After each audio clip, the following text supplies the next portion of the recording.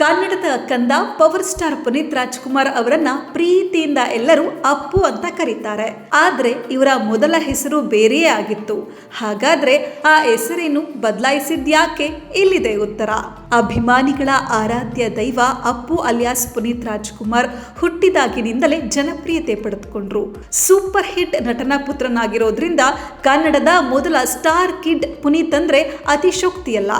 ಬಾಲ ಕಲಾವಿದನಾಗಿ ಮಿಂಚಿದ್ದ ಪುನೀತ್ ರಾಜ್ಕುಮಾರ್ ಅವರ ಮೊದಲ ಹೆಸರು ಲೋಹಿತ್. ಅವರ ಮೊದಲ ಸಿನಿಮಾಗಳ ಟೈಟಲ್ ಕಾರ್ಡ್ಗಳೆಲ್ಲ ಇದೇ ಹೆಸರಿತ್ತು.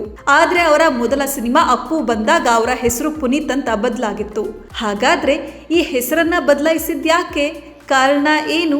ಪುನೀತ್ ಅವರಿಗೆ ಲೋಹಿತ್ ಅಂತ ಹೆಸರು ಇಡಲು ಕಾರಣ ಡಾಕ್ಟರ್ ರಾಜ್ಕುಮಾರ್ ಅವರು ನಟಿಸಿದ್ದ ಸತ್ಯ ಹರಿಶ್ಚಂದ್ರ ಸಿನಿಮಾ. ಈ ಸಿನಿಮಾದಲ್ಲಿ ಸತ್ಯ ಹರಿಶ್ಚಂದ್ರನ ಮಗನ ಹೆಸರು ಲೋಹಿತಾಶ್ವ ಎಂದಾಗಿತ್ತು. ಹೀಗಾಗಿ ಅದೇ ಹೆಸರನ್ನೇ ಪುನೀತ್ ಅವರಿಗೆ ಇಡಲಾಗಿತ್ತು. ಈ ಬಗ್ಗೆ ದೊಡ್ಡ ಮನೆ ಸಂಬಂಧಿಯೊಬ್ಬರು ಮಾಹಿತಿ ನೀಡಿದ್ರು. ಲೋಹಿತ್ ಅನ್ನೋದು ಅರ್ಧಾಯುಷ್ಯದ ಹೆಸರು. ಪುನೀತ್ ಎಂದು ಮರುನಾಮಕರಣ ಮಾಡಿ ಇದರಿಂದ ಅವರಿಗೆ ಒಳ್ಳೇದಾಗುತ್ತೆ, ಸಿನಿ ರಂಗದಲ್ಲೂ ಪ್ರಗತಿ ಸಾಧಿಸ್ತಾರೆ ಅಂತ ಹೇಳಿದ್ರು. ಅದರಂತೆ ಅಲ್ಲಿಂದ ಇಲ್ಲಿಯವರೆಗೂ ಅಪ್ಪು ಒಳ್ಳೆಯ ಸಾಧನೆ ಮಾಡಿದ್ದಾರೆ. ಈ ಕಾರಣದಿಂದಾಗಿ ಅವರ ಹೆಸರನ್ನ ಲೋಹಿತ್ ಬದಲಾಗಿ ಪುನೀತ್ ಅಂತ ಇಡಲಾಗಿದೆ ಎಂದಿದ್ರು. ದೊಡ್ಡ ಮನೆಯ ಕಣ್ಣು, ಅಭಿಮಾನಿಗಳ ಆರಾಧ್ಯ ದೈವ ಪುನೀತ್ ರಾಜ್ಕುಮಾರ್ ಬಾಲ್ಯದಿಂದಲೂ ಬಹುದೊಡ್ಡ ಹೆಸರನ್ನ ಪಡೆದುಕೊಂಡು ಬೆಳೆದವರು. ಬರೀ 10ನೇ ವಯಸ್ಸಿಗೆ ಬಾಲ ನಟನಾಗಿ ರಾಷ್ಟ್ರ ಪ್ರಶಸ್ತಿ ಸ್ವೀಕಾರ ಮಾಡಿ ಸಾಧನೆಗೈದವರು.